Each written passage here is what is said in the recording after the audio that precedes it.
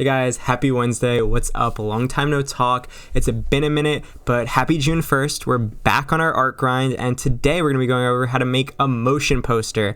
And a motion poster is basically a static poster, but we take it from Illustrator and put it into Premiere or After Effects, and we make it move. So today I'm going to be going over my process, my inspiration, how I edit things, how I get assets for the videos, and we're going over how to make it go from Illustrator to Premiere.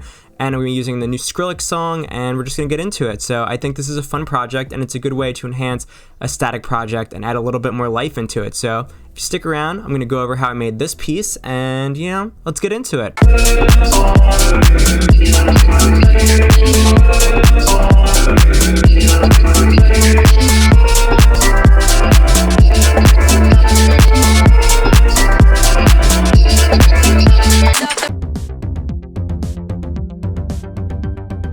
So before going into the project, I always like to talk about my process because a lot of people don't talk about that and their inspiration, and I just like to go into that so you know where I'm at and how I got to our phase one. So the Skrillex song just came out, Butterflies. It's very good, it slaps, it has a great beat, great audio, and whenever I'm making a motion poster, I always like to base my project around the audio of the piece. So I'm going to be using a funky drum loop and making it a perfect loop, which is one of my favorite things to do.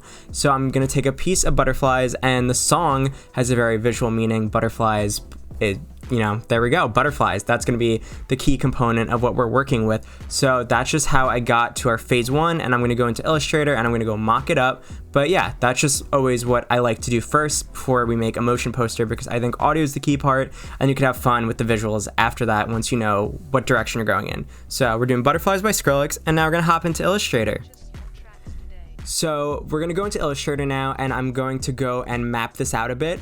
I really want a big chunky text to be like the focal point and the name of the song. So I'm gonna do Butterflies in this Fat Frank font, and then I'm gonna use the chorus and the artist names in Birch STD. Both of these fonts are available in Typekit. If you wanna go download them, use them yourself, and I have this bar on the side. It kinda looks like a cassette tape, but we're getting there. So this is our phase one, and I love to include the chorus and the artist names to make it stand out a bit.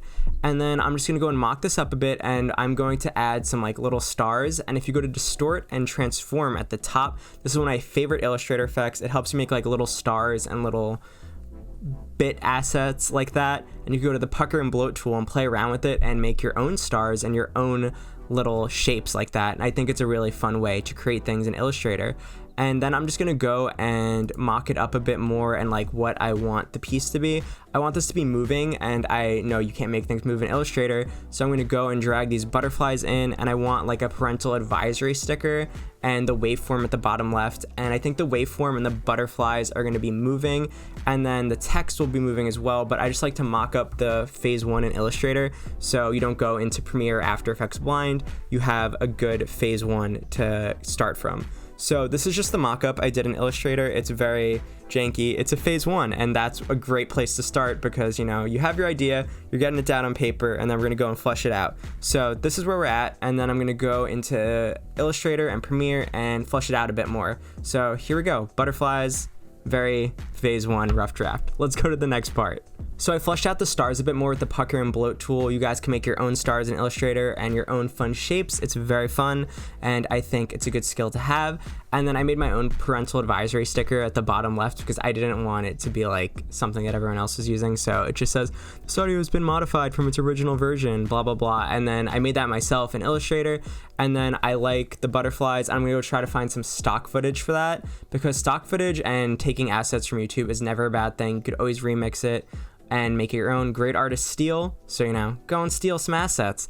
And so I'm gonna go and export these out, and you wanna make all of these their own individual assets. You're gonna go to File, Export, and you're gonna do Export Selection, and then you're gonna make the export a PNG, and make sure that every single layer is its own layer, because you're gonna wanna be individually working with those in Premiere. So you just wanna click it, export it, PNG, and then I do 4X, which means it has a very high quality resolution and it doesn't look pixely when you drag it into the next program. So I'm gonna go and export all of those out, and then we're gonna go jump into Premiere. So now that we're in Premiere, we're gonna go and drag our poster template there, and I just like to use it as a background because then I could align everything up individually and have the assets laid out all in their own layers. So I'm going to go and align everything, and it's a bit tedious, but it's just my workflow because it makes it a bit easier than just free styling it in Premiere, because you know how everything's going to look and the grid and the format, and you just have to match it up, and then you could go into keyframe and add all those effects. So I'm going to go and add all of my assets that I exported from Illustrator, and then I'm going to go find these stock videos, and I'm going to go over how I put a little flair on those to make those your own and stand out a bit more than just being regular stock footage. And real quick, now that we got the project laid out, I'm going to go into some effects that I like to use. My favorite thing to do is to use the tint. The tint allows you to change the black and the white and map them to whatever you want. It's very useful for text or things that are one color. You can even add it to videos to get a nice little like duotone effect. And I definitely want this piece to have like a nice teal effect, because that's the color of the butterflies I downloaded and the assets I have for the butterflies. So you could tint that, and I'm going to tint all my effects to this nice teal color.